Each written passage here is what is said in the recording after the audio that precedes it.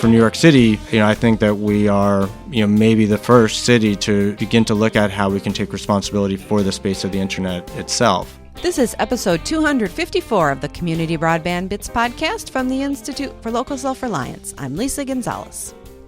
Finding ways for lower-income individuals and families to obtain high-quality internet access is a problem in most urban areas.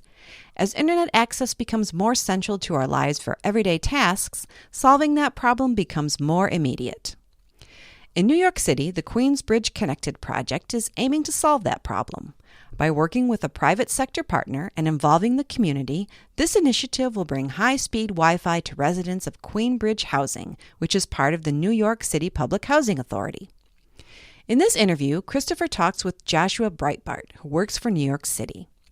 Joshua describes how the project has progressed, how they view the Queensbridge Connected project as a model for other parts of the city, and shares some of the lessons learned that have helped guide the project. Now here's Christopher and Joshua Breitbart talking about New York City's Queensbridge Connected initiative. Welcome to another edition of the Community Broadband Bits podcast. I'm Chris Mitchell, still in my hotel room, talking with another person from the Broadband Community Summit down here in Dallas, 2017. Welcome to the show, Joshua Breitbart, Senior Advisor for Broadband to the CTO of New York City. Hello, Chris. Good to be here. I'm excited to have you on the show. I've talked with you a few times. You've been doing a lot of interesting stuff. I know you've been doing interesting stuff for many years, but you've gone from somebody who was doing interesting policy, sort of in the ground, grassroots, working with neighborhood groups, to working for the most powerful, most amazing city in the world. So I'm interested to see what's going on, but maybe we can just start. Why are you down here in Dallas for the Broadband Summit? Queensbridge Connected, which is our initiative in New York to connect all the residents of the Queensbridge houses to high-speed broadband, is won an award for Most Promising New Plan from Next Century Cities and Google Fiber. We're very excited to come here and receive the award and learn from a lot of the other attendees here. Queensbridge Connected. Before we even start there, there's something that you said a long time ago that just stuck with me, and that's for people to get a sense. New York, I think maybe they think of Manhattan.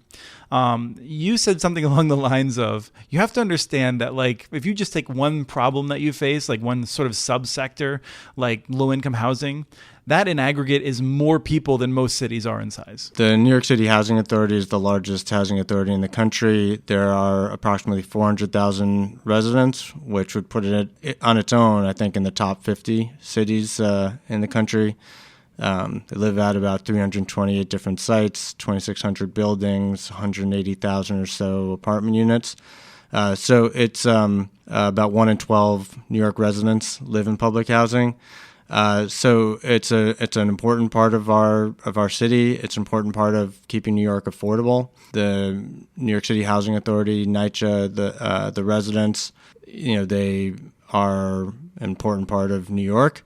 And there are communities like the Queensbridge houses, which in itself is the largest public housing development in the country, with about 7,000 residents that are almost a neighborhood unto themselves. And this was a great opportunity to work with those residents to establish a real center of excellence for the city, where we could start to put into practice the universally connected New York that the mayor has set as a goal for 2025. So I just wanted to note, you have these challenges. You also have a unique challenge in that a lot of communities, they come to me and they say, we're trying to solve this problem. And I think, oh, well, you're similar to someone else. New York City is not similar to anyone else. Well, or in some ways, we're similar to everyone else. There might be one section of New York that is like a whole other city of 500,000 people, and that, 15, 16, 17 times throughout the city. But we also have great people as part of the city. It's a real privilege to have the colleagues that I have. Other cities can't necessarily bring together the same group of people. We have fantastic mayors really committed to this issue. And again, the residents are just great contributors and partners. I'm a New Yorker. It's where I grew up. It's a real great opportunity to contribute to my hometown. I love going to work every day trying to solve these problems. As we start talking about Queensbridge Connected, I just want to know one other thing, and that's that you had worked previously with Maya Wiley, who I have a lot of respect for. She goes way back. So she's moved on to other things now. But I just wanted to make sure we honored all the work that she put into a lot of these things. Maya Wiley was counsel to the mayor. She hired me into this position and gave me this opportunity and provided incredible leadership. Really the first time the city was really taking responsibility for broadband for all New Yorkers. We've been very fortunate that after she left, Miguel Gamino became the chief technology officer, and broadband was put into his office where I now work, and I work for him. And again, one of the great things about New York is, great people come to work for our city. And so the opportunity to work with Maya and now work with Miguel is a great opportunity. So Queensbridge Connected, how did the project start? Maya had actually written about a project that I had helped some called Red Hook Wi-Fi that was ongoing for a number of years before Mayor de Blasio was elected. Also before Sandy came, and I think everyone in the country that was paying attention to tech policy at least saw an article about it. It was a great community asset. The community built it up, also continued to build it up after Sandy, and really made it a part of their recovery and a part of strengthening their community, both from a tech sense as well as from a social sense. And Maya saw that as an example for how broadband could help low-income communities in New York. She wrote an article telling the mayor what she thought about that, and the mayor saw that article and asked her to lead up this broadband effort. And so, Queensbridge Connected was the first time that we tried to apply the lessons from Red Hook Wi-Fi, which was a totally community-led effort, and how to do that from a city-led perspective, which really is the first step towards thinking about how the city can do something like that at scale. So we took a lot of the lessons from Red Hook in terms of community engagement and everything from designing the initiative to actually participating in the installation of the equipment. And I think that we've been very successful in incorporating those lessons into Queensbridge Connected, and that's part of why we're getting recognized with this award at the Broadband Community Summit. So if I could exaggerate for a second, I feel like as a policy person thinking about how to solve low-income access, I think there's this dream of you see a community that has this desire. You come, you put the technology up, you make it available. People are happy. There's parties in the streets. Problem solved. There's a really good Wired article that talked about some of the lessons that were learned, and I got the sense that you can't just sort of wander in, throw wireless access points around, and the problem is done. There are a few steps there. I think what New York is recognizing is, first of all, we've moved past this idea that the infrastructure is all fine in urban areas. In fact, it's not all fine. In fact, there's quite a lot of disparity and inequity, and we've put some effort into measuring that so we can really point to what those inequities are. One of the things that I think cities often, you have someone that's in power, they really want to get things done, and they may understand problems, and they may not go to the trouble of really empirically documenting rigorously that there's a problem. But you guys did that.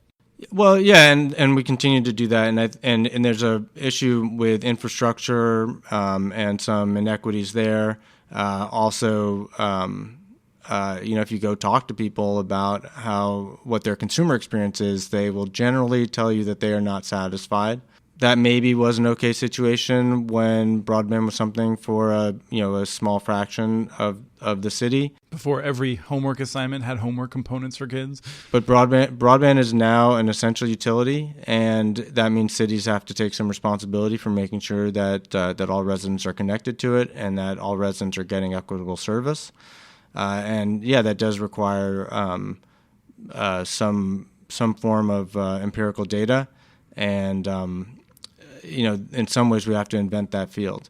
There is helpful information in the American Community Survey and the FCC Form 477 data, but it's not enough. So we're just looking at how we can build on that and develop our own measures that really match to the principles that we have of equitable, affordable, high-performing service that residents have choices for those services.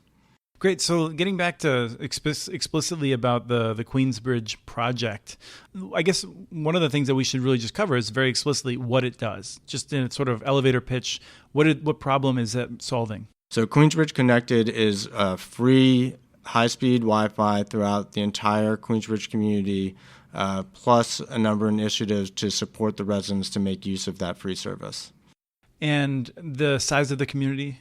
So there's 7,000 residents across basically 6 city blocks, about 96 buildings. The scale is just amazing. I mean, it's like probably the size of like St. Paul's downtown. I mean, not to exaggerate a little. But it is sizable, and the buildings were built in the 1930s. So this is a retrofit. There was some existing wiring that we could make use of in the installation, but that's certainly one of the challenges with New York City public housing. But at Queensbridge, there's a great community leadership from the Tenant Association. There's a really great community organization called Jacob Resettlement. We refer to those on-site organizations as cornerstones in New York for the NYCHA communities. So through them, we're also able to bring in older adults technology services, which has provided training to some of the seniors. And there too, Oates went door to door, talking to people about what kind of services they wanted, what they wanted training in.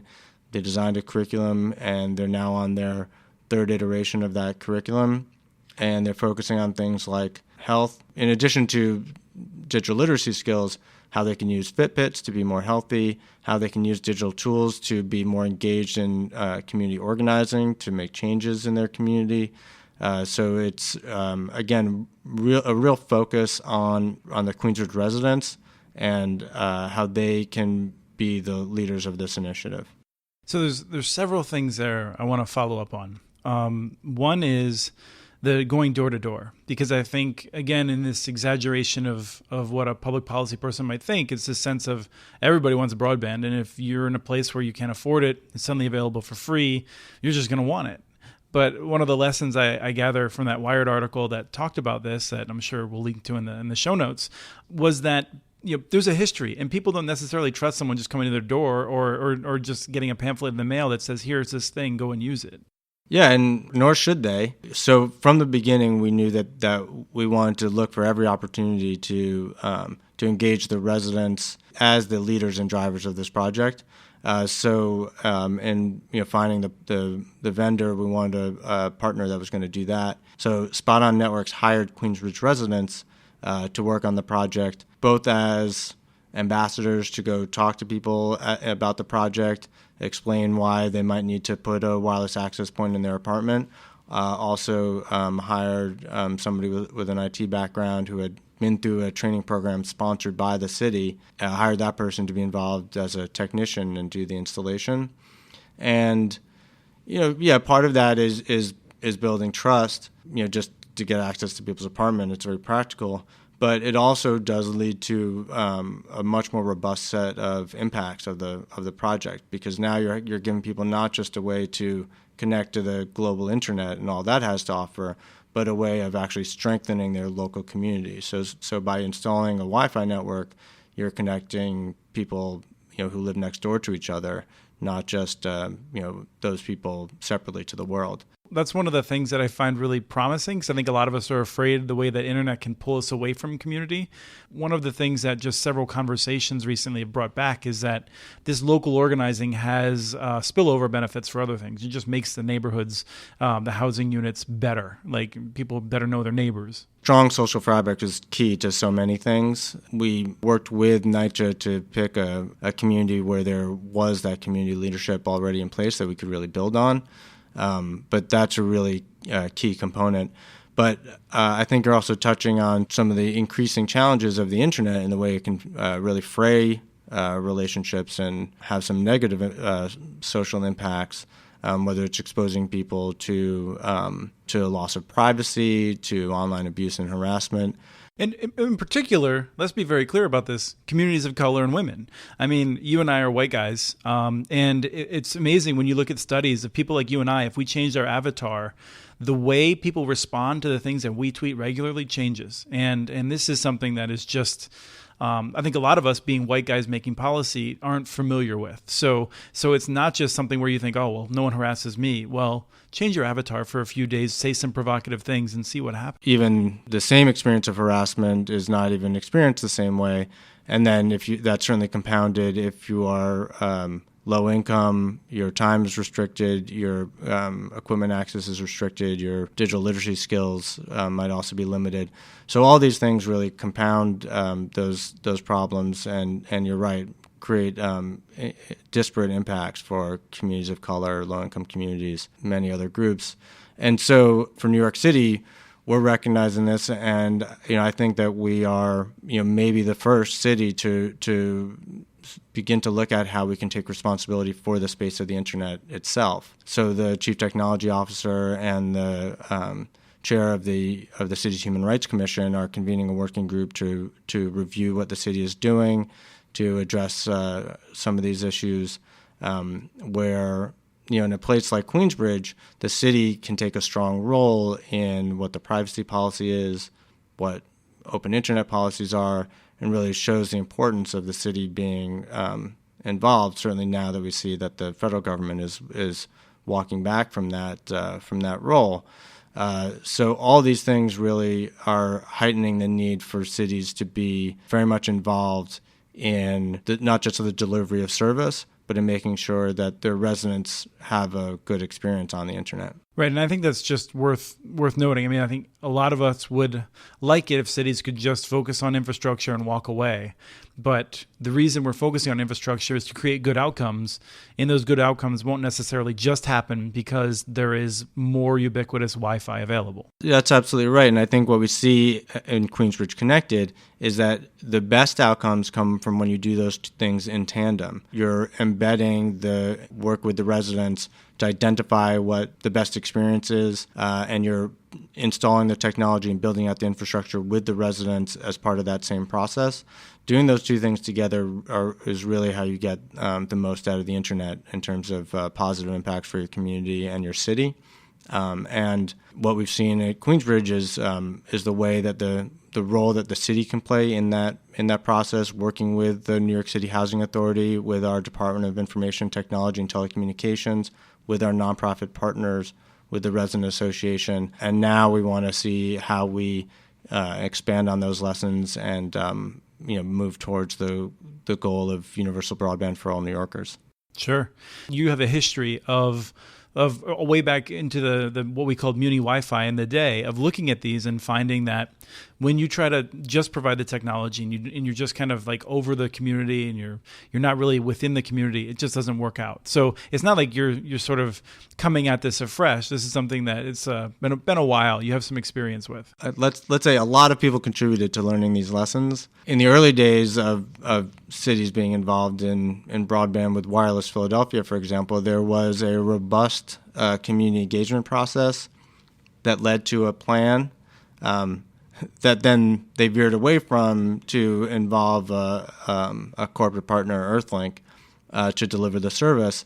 And at that point, there was really this fallout of community leadership, community engagement, and a real loss of a sense of ownership on the part of the community.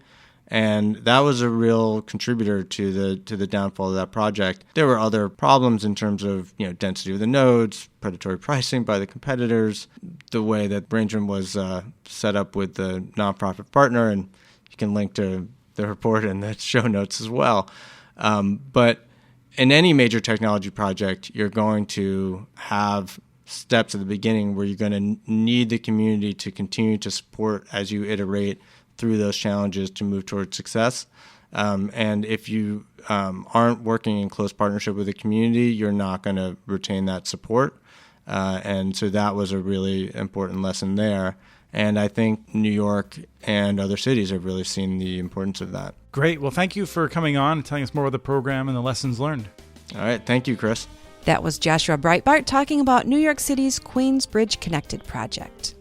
We have transcripts for this and other Community Broadband Bits podcasts available at muninetworks.org/broadbandbits. Email us at podcasts@muninetworks.org with your ideas for the show. Follow Chris on Twitter. His handle is @CommunityNets. Follow muninetworks.org stories on Twitter. The handle is @muninetworks. Subscribe to this podcast and all of the podcasts in the ILSR family on iTunes, Stitcher, or wherever else you get your podcasts. Never miss out on our original research? Subscribe to our monthly newsletter at ilsr.org. Thank you to Arnie Huseby for the song Warm Duck Shuffle, licensed through Creative Commons. And thanks for listening to episode 254 of the Community Broadband Bits podcast.